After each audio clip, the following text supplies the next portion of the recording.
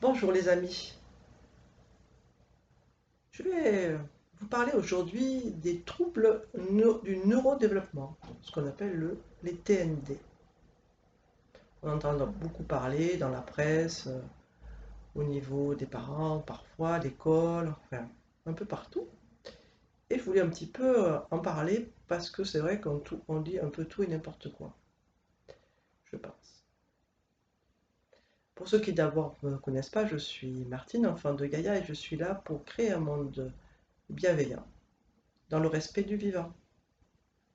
Alors, nos fameux TND. Donc, les TND, c'est bien sûr un acronyme. Qu'est-ce qu'il veut dire? Il veut dire les troubles du neurodéveloppement. Donc, il se caractérise par une perturbation du développement cognitif et ou affectif de l'enfant, mais aussi de la personne adulte, puisque ces troubles du neurodéveloppement perdurent toute sa vie.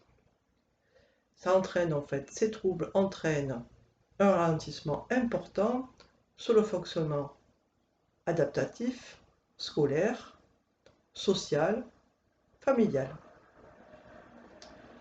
Il se manifeste par des difficultés concernant au moins un des domaines du développement suivants, la motricité globale, la motricité fine, le langage, la socialisation, la cognition. Et qu'est-ce que c'est le neurodéveloppement? Ça recouvre en fait l'ensemble des mécanismes que dès le plus jeune âge et même avant, dans le ventre de la maman, structure la mise en place du réseau du cerveau impliqué dans la motricité, la vision, l'audition, le langage et ou les interactions sociales aussi.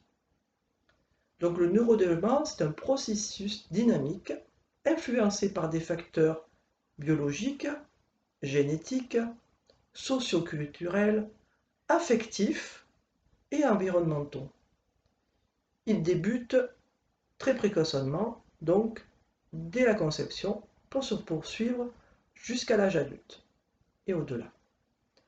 Donc quand le fonctionnement d'un ou plusieurs de ces réseaux, donc les réseaux au niveau du cerveau est altéré, certains troubles peuvent apparaître. Le trouble du langage, le trouble des apprentissages, la difficulté à communiquer ou à interagir avec les autres. On sait que les TND concernent au moins 35 000 naissances par an en France, c'est-à-dire à peu près entre 10 et 15% de la population française. Car on sait qu'il y en a qui ne sont pas diagnostiqués, surtout dans les anciennes personnes, les adultes, voire les personnes âgées. Donc le cerveau des TND fonctionne en fait autrement que le nôtre, tout le long de sa vie. Et ça entraîne des retards, des difficultés d'apprentissage, des comportements inhabituels, des difficultés dans la vie quotidienne, à l'école, au travail, etc. Et ça perdure. Donc il faut trouver en fait des stratégies pour ces personnes, pour qu'elles se sentent mieux, au niveau pour apprendre, pour se sentir mieux avec les autres, en interaction avec la société, avec tout le monde en fait, les parents, l'école, toutes les personnes que l'on rencontre. Donc j'ai fait des recherches et je me suis aperçu qu'il existait un livret de grilles d'observation qui donc ce sont des grilles en fait qui sont selon les âges. Donc il y a 6 mois, à partir de 6 mois de l'enfant, 12 mois, 18 mois, 24 mois et 36 mois, et qui permettent d'évaluer son enfant. Donc si vous avez un doute, vous en parlez à votre pédiatre, bien sûr, à votre médecin de famille, mais il existe aussi donc ce livret. Je vous le mettrai en lien sous la vidéo ou au-dessus de la vidéo.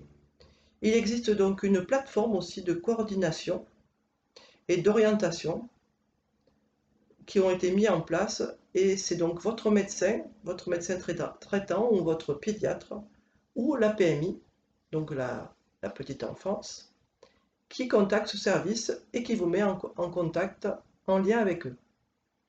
Il existe aussi donc la CAMSP, donc je le lis parce que tous ces acronymes sont un peu compliqués. Donc c'est le Centre d'action médico-social précoce.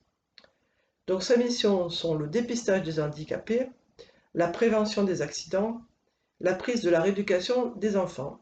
Donc la CAMS accueille les enfants de 0 à 6 ans et est composée donc d'une équipe pluridisciplinaire, médicale, paramédicale et éducative.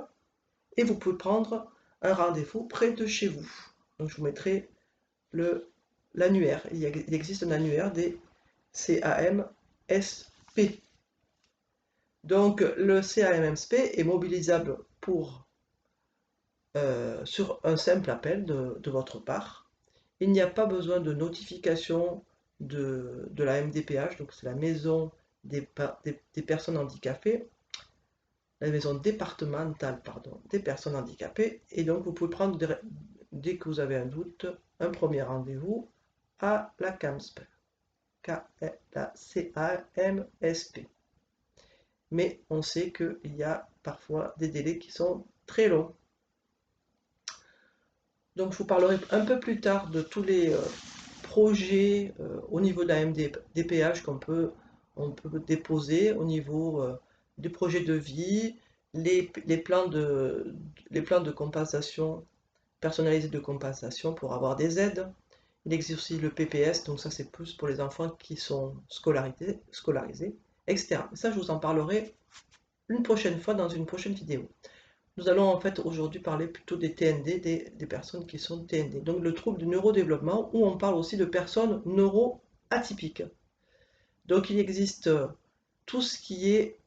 donc dans les TND, on a regroupé un peu toutes les difficultés, tous les troubles neurologiques. Donc il y a les TSA, donc les troubles du spectre autistique, pardon. Il y a tous les 10, dyslexique, dysphasique, dyspraxique, dyscalculie, dysorthographique, etc. Et il y a aussi donc les TDA, donc les troubles de l'attention avec ou pas l'hyperactivité. Il y a les hauts potentiels,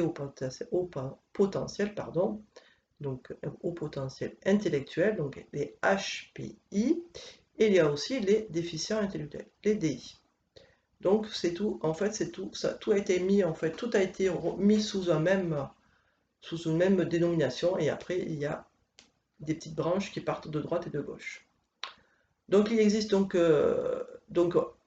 ce que souvent on entend, c'est que les enfants disent, ils font exprès d'écrire n'importe comment, ils font exprès de ne pas savoir lire, ils font exprès d'être trop dans l'inattention, etc., dans des comportements à problème, etc. Mais en fait, ce sont des enfants qui ne sont pas compris au niveau parfois des parents, mais surtout au niveau des personnes extérieures, ou notamment au niveau de l'école, parce qu'en fait, les maîtresses ne sont pas du tout formées à tous ces troubles du neurodéveloppement. Donc c'est important en fait de le savoir et de peut-être à ce moment-là, si vous avez un enfant neuroatypique, c'est d'en discuter ouvertement avec votre maîtresse, la maîtresse de vos enfants, de votre enfant ou de vos enfants. Donc ça entraîne des problèmes de scolarité, de comportement inadapté parfois, parfois d'agressivité, parfois d'incompréhension, de problèmes de communication, parce que parfois c'est des enfants qui ne savent pas parler ou qui parlent avec beaucoup de difficultés. Donc il y a en fait des stratégies, notamment la communication par des pictogrammes.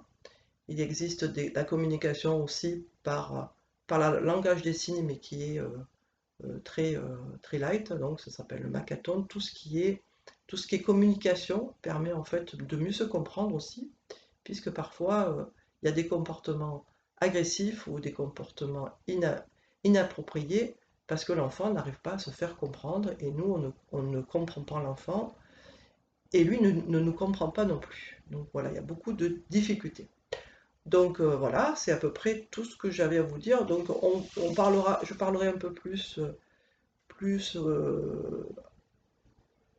je rentrerai plus dans le vif du sujet lors d'autres vidéos, notamment pour les enfants qui sont par exemple dysphasiques, qui ont des problèmes de langage oral, qu'est-ce qu'on peut mettre en place, qu'est-ce qu'on peut, comment on fait pour aider ces enfants, et puis quand surtout on a son propre enfant qui est par exemple phasique.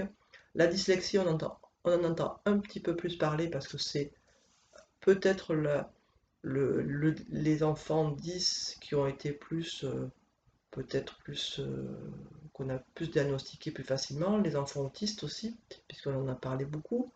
Et c'est vrai que l'école, normalement, l'école est inclusive depuis plusieurs années en France, mais dans les faits, on s'aperçoit que ce n'est peut-être pas tout à fait le cas, on manque notamment des personnes qui aident l'enfant, donc les AESH. Il en manque énormément, un peu partout en France, et il y a des régions, en fait, il y en a pratiquement pas, et du coup, l'enfant a besoin d'avoir quelqu'un en aide à l'école, et il n'y a pas d'AESH. Voilà les amis. Eh bien, j'espère que ça vous a intéressé. Si ça vous a intéressé, ben, likez la vidéo, abonnez-vous si vous n'êtes pas abonné. Et puis, vous pouvez aussi mettre des commentaires en dessous de la vidéo pour que je sache un petit peu ce que vous en pensez. Et vers quoi, pourquoi pas me donner des idées par rapport, en me disant, ben, j'aimerais bien que vous me parliez, que tu me parles des autistes, des dysphasiques, des dyspraxiques, etc. Et en tout cas, sachez qu'il y a des méthodes, il y a beaucoup de choses en fait qui viennent notamment de l'étranger, des pays américains, les États-Unis, le Canada, mais aussi pas que. En Belgique, ils sont très avancés par rapport à l'inclusion des enfants, notamment en milieu scolaire. Voilà, je vous souhaite une agréable soirée, une agréable journée, et je vous dis à très bientôt les amis. Au revoir.